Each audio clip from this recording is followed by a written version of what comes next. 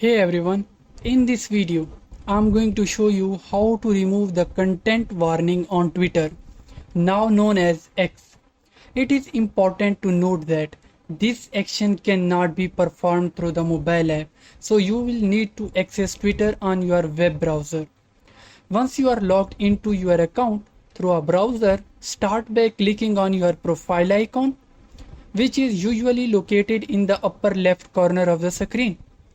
A menu will appear and from there select Settings and Privacy. After opening the Settings page, navigate to the Privacy and Safety tab. This section contains various privacy related tools.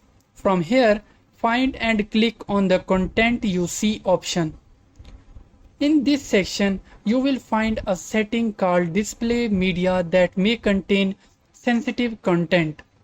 Simply check the box next to this option.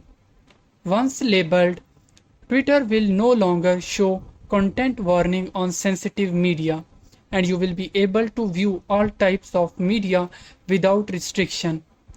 That's it for today. Thanks for watching.